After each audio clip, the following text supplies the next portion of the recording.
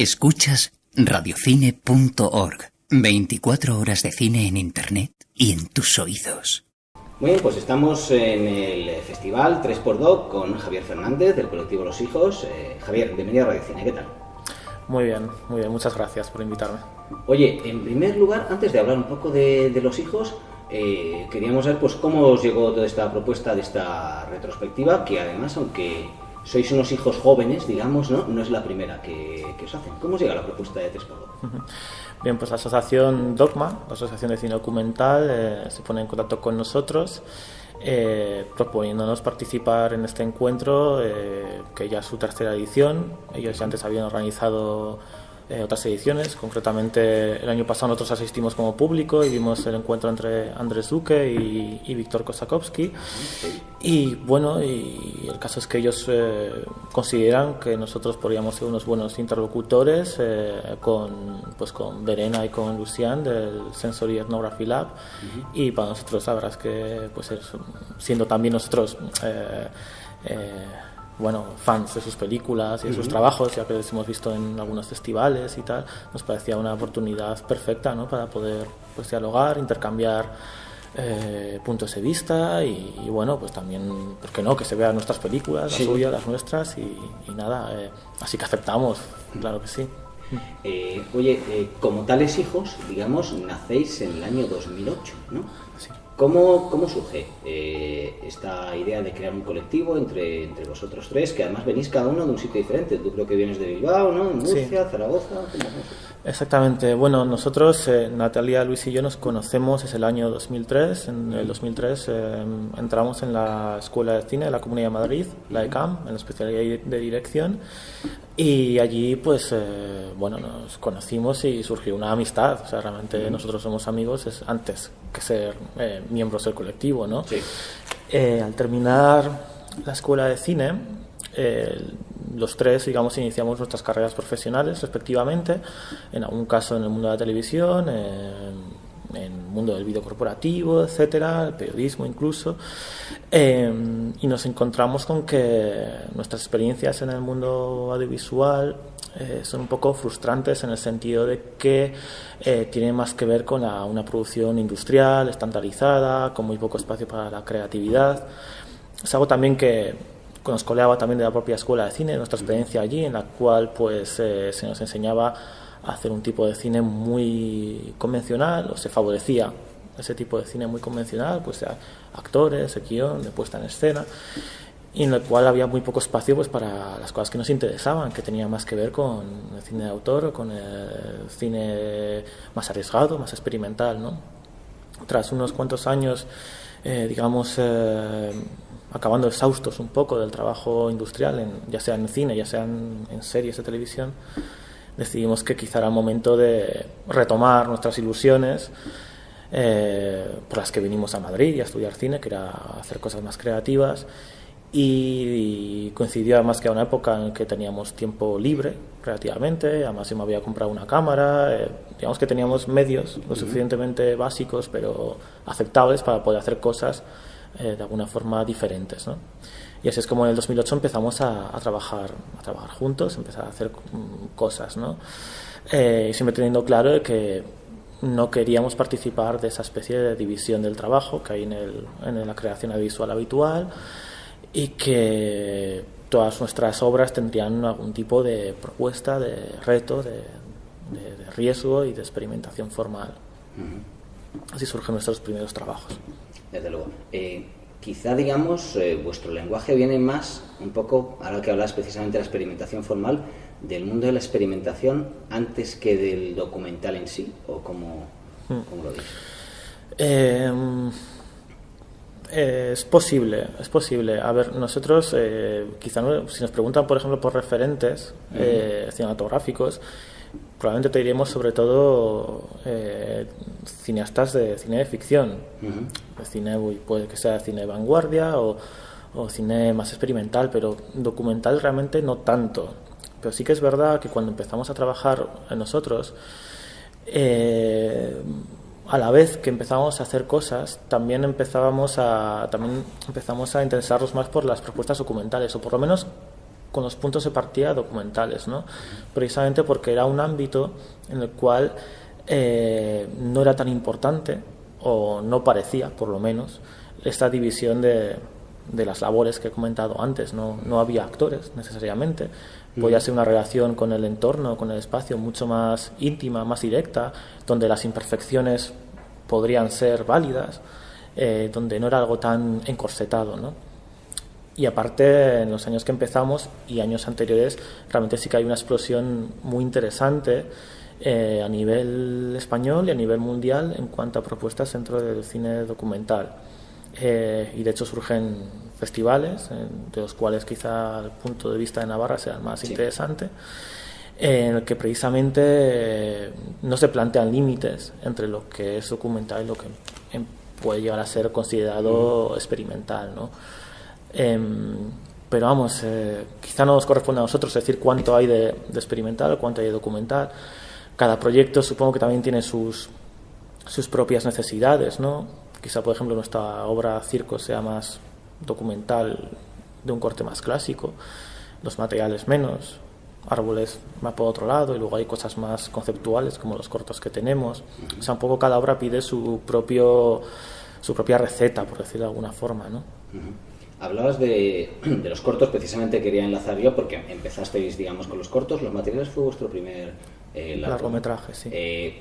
¿Cómo cambia, digamos, el modo de trabajo de los cortos a los largos? Porque lo habitual, digamos, no es que en el corto haya como más libertad, porque cuando estás en el largo se supone que hay más restricciones, pero en vuestro caso me da la sensación de que habéis tenido una libertad similar, o os habéis planteado diferente. Yo creo, a ver, no es tanto una cuestión de que sea más libre una cosa que otra, sino que o sea, cada propuesta tiene sus necesidades, ¿no? Y el que sea un corto no quiere decir nada más allá que simplemente que es una pieza más corta, con lo cual generalmente el esfuerzo de tiempo que hay que invertir es menor. Esa es la principal diferencia. Cuando hemos hecho los materiales, y sobre todo cuando hemos hecho árboles que implican un desplazamiento y viajar a un lugar y hacer una estancia en un sitio, pues digamos que la parte del proceso se hace más extensa, se hace más complicada y más rica también. En la mayoría de cortos que tenemos, Ya viene Aguanta Rígueme, Mátame, enero 2012, o La Apoteosis de Isabel la Católica, parten de ideas muy concretas cuya ejecución en realidad era muy simple. Con lo cual, eso no quiere decir que sean menos libres, pero sí que exigían menos esfuerzo de planificación o de organización. Respondían a ideas ejecutables de manera sencilla. En un caso era, el primero, el de Ya viene Aguanta Rígueme, Mátame, era reescenificar secuencias que creíamos icónicas del cine español, volver a los decorados, volver a grabarlas en documental, digamos, en lo que hubiera, sin actores, sin iluminación. Y en enero de 2012, La Apoteosis de Isabel la Católica, en este caso lo que hacíamos era adaptar el texto, el discurso que acompaña la locución, que acompaña a los buses turísticos de Madrid. O sea, cuando te pones unos auriculares y escuchas pues lo que te están contando, ¿no? Y era adaptar este texto. Desde luego. Oye, yo siempre he tenido una curiosidad después de ver los materiales, y es que si la gente del pueblo vio el documental y qué pensaban, porque quizás ellos esperaban otra cosa muy diferente, ¿no? Desde luego, o sea, claro que cualquiera se puede esperar otra cosa. En todo caso, nosotros cuando vamos a hacer un documental nunca escondemos lo que vamos a hacer. Nosotros siempre decíamos que iba a ser una propuesta experimental, que no iba a ser un documental al uso, y que no se esperaban aquí a hacer ninguna especie de alegato ni en contra ni a favor del pantano de Riaño, ni mucho menos. Esto era una especie de ejercicio nuestro en el que ellos formaban parte, obviamente, y había un contacto con ellos y un diálogo y una relación, pero que no se esperaban otra cosa. Hubo una proyección en el Museo de Arte Contemporáneo de León, en el MUSAC, en la cual pues quizás sea de las pocas veces en las que hemos llenado una sala y que hayan tenido que volver a proyectarla otra vez al día siguiente, al de 2 días, porque había mucha gente interesada precisamente por eso, porque iba a ser un documental sobre, en principio, según lo vendían, sobre Riaño, aunque no lo era. No obstante, bueno, esto claro, te genera un poco de preocupación, en plan, bueno, saldrá la gente decepcionada, ¿qué pensará? Y fue mucha gente del propio pueblo a León a verla, ¿no? Y bueno, pues dentro de lo que cabe hubo un coloquio posterior y muchísima gente se quedó para hablar de ello, gente que no necesariamente son espectadores habituales que van a los museos, ni mucho menos, sino que eran habitantes de la región y que nos preguntaban cosas y que nos hacían sus propias lecturas y, por ejemplo, llegaban a decir que ellos entendían perfectamente que la película fuera en blanco y negro porque, desde su punto de vista, desde que el pueblo dejó de existir, sumergido bajo las aguas, su comarca había perdido el color, con lo cual ellos entendían que fuera en blanco y negro. O sea, había ese tipo de lecturas muy interesantes y totalmente fuera, ¿no?, del mundo cinéfilo, sí, y que nos parecían, vamos, muy refrescantes y que eran también un poco de cura humildad, ¿no?, a la hora de pensar, esto a la gente, algo igual intelectualizado, a la gente esto le va a echar para atrás. Oye, pues igual no, ¿no? O sea, que cada uno puede agarrarse a esto como le parezca. Hacéis circo y, como decías, es una pirueta, si utilizamos el lenguaje de circo, quizás diferente, ¿no? Sí, el circo se realiza a la vez que los materiales. Mientras estamos ahí en la comarca esta del norte de León, aparece allí un circo familiar, un circo formado, tan familiar que es muy pequeño, o sea, realmente está formado por un matrimonio muy joven, un chico y una chica con sus dos críos, y tienen apenas 2-3 animales y una pequeña carpa con la que hacen cosas, ¿no? Y es un circo ambulante que sobre todo recorre el norte de España, Galicia, Asturias, León, y bueno, pues como estábamos muy atentos a lo que ocurriera, ¿no?, en esa comunidad y tal, pues de repente es algo que nos interesaba ver, ¿no? Bueno, a ver cómo va la gente, qué es esto. Y hablamos con ellos, nos dejan grabar una primera función allí con la gente y tal. Y después de esta primera sesión, a ellos les interesa verse a sí mismos, ¿no?, grabados, porque quieren demostrar a la familia de ella, que tiene un circo más grande con mucha gente, ¿no? Muchos trabajadores en Francia, quieren demostrar que ellos son capaces de hacer algo digno, para mostrárselo a su familia, ¿no? Para ver, oye, que nosotros también hacemos cosas que están bien hechas, ¿no? O sea, que surge casi un poco como encargo, en cierto modo, ¿no?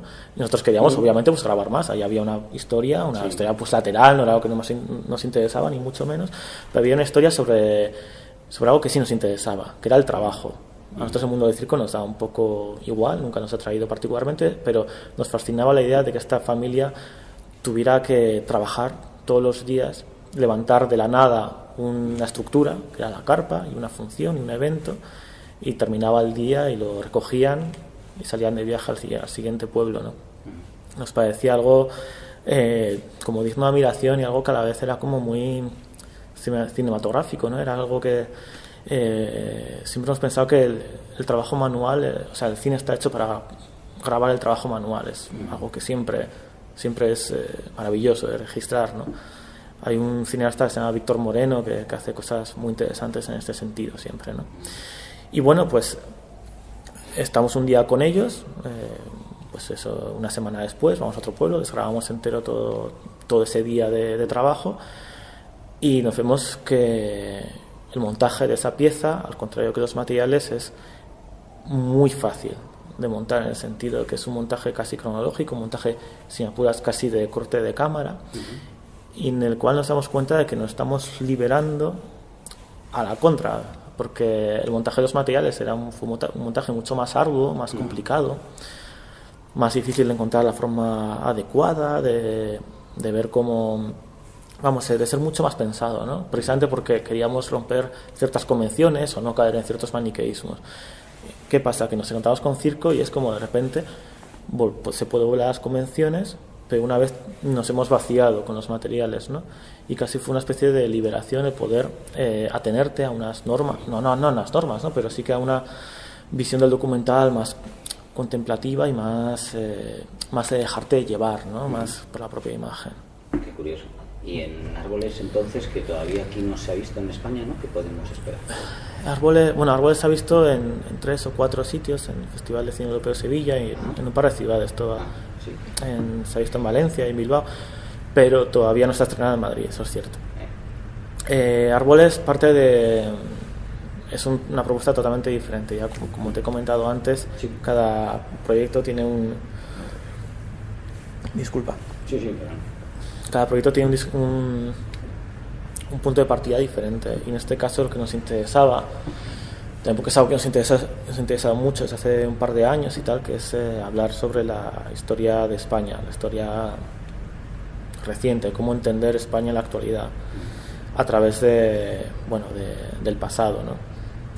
Aquí lo que hacemos es remitirnos a un pasado colonial español poco conocido, relativamente poco conocido, que es el de España en Guinea Ecuatorial, en el cual damos con varias fuentes de información, entre ellas leyendas locales de la tribu Bubi, que es la tribu nativa de la isla de Bioko, en Guinea Ecuatorial, relacionadas con el pasado colonial español, o sea, leyendas que surgen a la vez que las fuerzas españolas ocupan su territorio, más textos jurídicos españoles de la época, más otro tipo de fuentes, en los cuales se habla de control de la población, ocupación del territorio, desplazamiento de poblaciones, de urbanizar espacios que previamente eran o bien eran salvajes o bien eran agrícolas.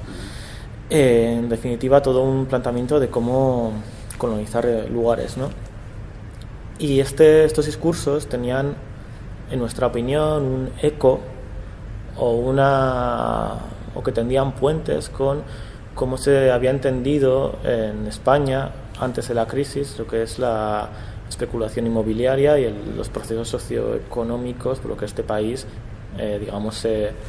se lanza al ladrillo y empieza también a ocupar territorios en las periferias de las ciudades, a hacer todo tipo de obras faraónicas y a incitar, a los habitantes a que ocupen estos espacios que además son espacios impersonales, fantasmales, que niegan la posibilidad de formar comunidad, que niegan la posibilidad de un espacio público entendido como tal, que son como colonias penitenciarias.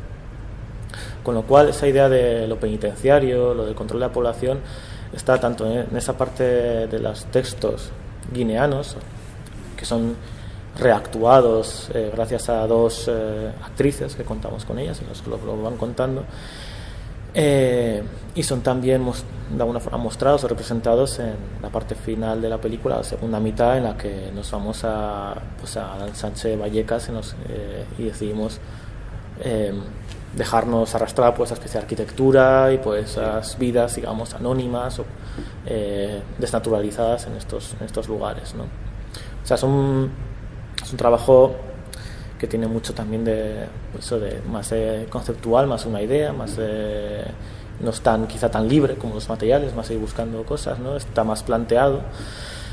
No obstante, sigue teniendo también una base clara de improvisación y de intentar explorar cosas a la vez que la vamos haciendo, ¿no? Y el trabajo también es diferente en el sentido de que, por ejemplo, en Guinea, pues el rodaje está mucho más controlado, no teníamos un tiempo limitado, unos lugares limitados donde se podía grabar, y tenemos que contar con actrices en este caso, ¿no? Y claro, ya hay que hacer ya un planteamiento más de control, ¿no? De lo que quieres conseguir y cómo conseguirlo. De acuerdo. Oye, ya de cara al futuro, pues pensáis seguir trabajando juntos como ibais hasta ahora, porque Luis además recientemente ha sacado un largometraje, El Futuro, que ha tenido pues bastante repercusión, precisamente en Sevilla. Sí. ¿O os planteáis también, pues como los grupos de rock, hacer cada uno su álbum en solitario? ¿Cómo tenéis un poco el futuro en este caso? A ver, bueno, El Futuro, que además es como el nombre de la película de Luis, ¿no? Sí. Bueno, nos gustaría y vamos a seguir planteando trabajos juntos. O sea, una vez pase lo que es esta promoción, estreno de árboles, me gustaría también, y que Luis también termine un poco su recorrido también de festivales, que ahora está también muy ocupado, pues tener un tiempo de descanso, de reflexión, de olvidarnos un poco de toda esta parte más administrativa, promocional, Sí. que ocupa su tiempo, ¿no? Y que lo hacemos encantados, pero que hay que hacerlo, ¿no? Y poder pues tener un poco más tiempo para levantar otro tipo de proyectos que, siempre nos rondan la cabeza, siempre tenemos ideas que nos gustaría de alguna forma plasmar, algunas serán más fáciles de hacer, otras menos, y tenemos que ver un poco las posibilidades que se nos presentan, porque ya no es tanto hacer cosas en solitario, por nuestra cuenta, como ha hecho Luis, o como en algún futuro puede hacer algún otro miembro, ¿no? Sino también que compaginarlo con nuestras vidas y nuestros trabajos remunerados, que claro, que esto no nos da para vivir con nuestras películas. Esto se puede comentar de manera clara que no, que esto que hacemos sí que genera algún ingreso, pero desde luego no es suficiente para vivir.